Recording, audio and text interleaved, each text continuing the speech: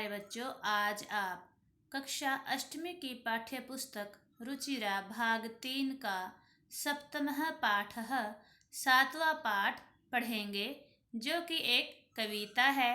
इसका नाम है भारत जनताहम, अर्थात मैं भारत की जनता हूँ। यह कविता डॉक्टर रमाकांत शुक्ल द्वारा रचित है। इस कविता में उन्होंने भारतीय जनता की विशेषताओं का वर्णन किया है कि भारतीय जनता में क्या क्या विशेषताएं हैं, वो सब हम इस कविता के माध्यम से पढ़ेंगे। तो आइए बच्चों, पढ़ना शुरू करते हैं।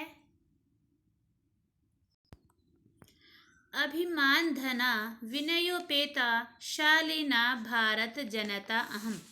अभिमान धना स्वाभिमान रूपी धन वाली, विनयोपेता विनम्रता से परिपूर्ण, शालीना शालीन, भारत जनता अहम मैं भारत की जनता हूँ। स्वाभिमान रूपी धन वाली, विनम्र और शालीन मैं भारत की जनता हूँ।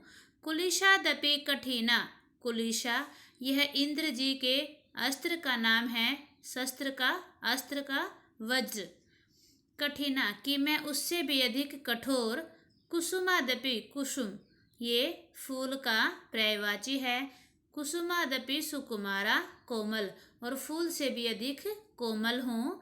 भारत जनता अहम मैं भारत की जनता हूँ।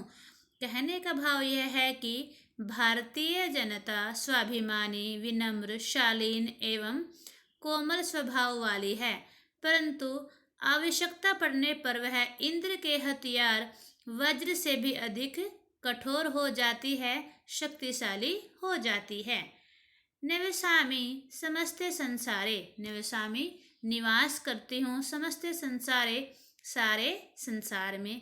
मन्ये च कुटुम्बम वसुंधराम, मन्ये मानती हूँ, च और कुटुम्बम परिवार, वसुंधराम और सारी पृथ्वी को अपना परिवार मानती हूँ। जो भारत की जनता है वह कह रही है कि, अर्थात इसमें भारतीय जनता की विशेषताओं के बारे में बताया गया है कि भारतीय जनता सारे संसार में निवास करती है और सारी पृथ्वी को वह अपना परिवार मानती है।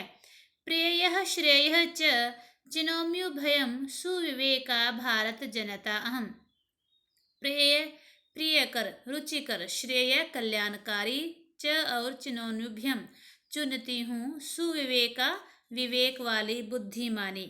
भारतीय जनता प्रियकर, रुचिकर लगने वाला और कल्याणकारी, इन दोनों मार्ग को ही चुनती है। अर्थात इसमें कहने का भाव है कि भारतीय लोग सारे संसार में निवास करते हैं। वे पृथ्वी पर रहने वाले सभी लोगों को अपना परिवार समझते हैं, एक दूसरे के साथ भाईचारे से रहते हैं। वे कल्याणकारी एवं रुचिकर जीवन मार्ग को अपनाते हैं और उनका जो ज्ञान है वो भी उच्च कोटि का है। विज्ञान धनाहम ज्ञान धना, साहित्य कला संगीत परा। विज्ञान धना अहम विज्ञान रूपी धन वाली, ज्ञान धना ज्ञान रूपी धन वाली, साहित्य कला साहित्य कला में परिपूर्ण, सभी साहित्यों का ज्ञान होना, संगीत परा और संगीत से भी परिपूर्ण। अध्यात्म सुधा तटिनी स्नानई परिपूता भारत जनता अहम। अध्यात्म तुटा सुधा तटिनी अर्थात अध्यात्म रूपी अमृतमयी नदी में स्नान से परिपूता पवित्र। इसमें क्या बताया गया है, जो भारतीय जनता है वह विज्ञान रूपी धन वाली, ज्ञान रूपी धन वाली, साहित्य कला एवं संगीत में निपुण है तथा अध्यात्म रूपी अमृतमयी नदी में स्नान से पवित्र मैं भारत की जनता हूँ। अर्थात वह आत्मा परमात्मा के चिंतन में भी निरंतर लगी रहती है। मम गीतैर्मुग्धम समम जगत, मेरे गीतैर्मुग्धम गीतों से मुग्ध हैं, मोहित हैं, समम जगत सारा जगत। भारतीय जनता क्या कहती है कि मेरे गीतों से सभी मोहित हैं। मम नृत्यैर्मुग्धम समम जगत, और मेरे नृत्य से भी सारा जगत मोहित है। मम काव्यैर्मुग्धम समम जगत, और मेरे काव्य से, कविताओं से भी सारा जगत मोहित है रस भरिता भारत जनता अहम। ऐसी रस से परिपूर्ण, आनंद से परिपूर्ण मैं भारत की जनता हूँ। कवि के कहने का भाव यह है कि भारतीय जनता गायन, नृत्य एवं काव्य रचना में निपुण है, जिस पर सारा संसार मंत्रमुग्ध है, मोहित है। इस प्रकार भारतीय जनता आनंद से सरोबार रहती है, क्योंकि बहुत सारे जो काव्य है वो भारतीय संस्कृति की ही देन है। उत्सव प्रिया हम श्रम प्रिया। उत्सव प्रिया त्योहारों को पसंद करने वाली, उत्सवों से प्रेम करने वाली। श्रम प्रिया परिश्रम से प्रेम करने वाली, मेहनत करने वाली। पद यात्रा देशाटन प्रिया। पद यात्रा पैदल चलना, देशाटन देश में भ्रमण करने वाली। लोक क्रीड़ाशक्ता वर्धे अतिथि देवा भारत जनता अहम। लोक क्रीड़ाशक्ता लोक क्रीड़ाओं में अनुराग रखने वाली, लोक क्रीड़ाओं को खेलने वाली और अतिथि को देवता के समान समझने वाली मैं भारत की जनता हूँ। जैसा कि आप सभी जानते हैं, भारत त्योहारों का देश है, इसीलिए कहा गया है कि भारतीय जनता उत्सव प्रिय एवं परिश्रमी है, मेहनती है। वह पद यात्रा पैदल यात्रा और पूरे देश का भ्रमण और लोक क्रीड़ाओं में भी रुचि रखती है, और यदि उनके यहाँ कोई अतिथि आ जाता है तो उसकी देवता की भांति पूजा की जाती है। मैत्री में सहजा प्रकृति रस्ति नो दुर्बलतायाः पर्यायः। मित्रस्य चक्षुषा संसारम पश्यन्ति भारत जनता अहम। मैत्री में सहजा, मित्रता करने में करना उसकी सहज प्रकृति है। अच्छा, प्रकृति से ही वह मित्रतापूर्ण है।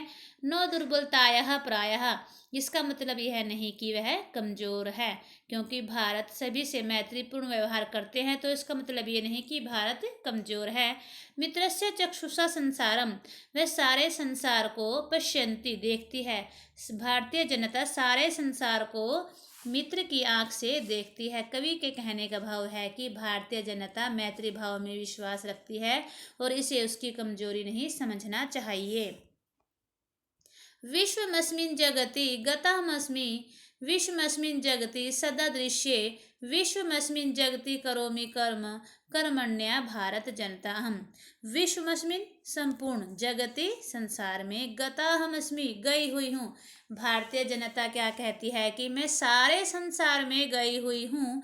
विश्वमस्मिन् जगति सदा दृश्ये, दृश्य और मैंने सारे संसार को देखा है।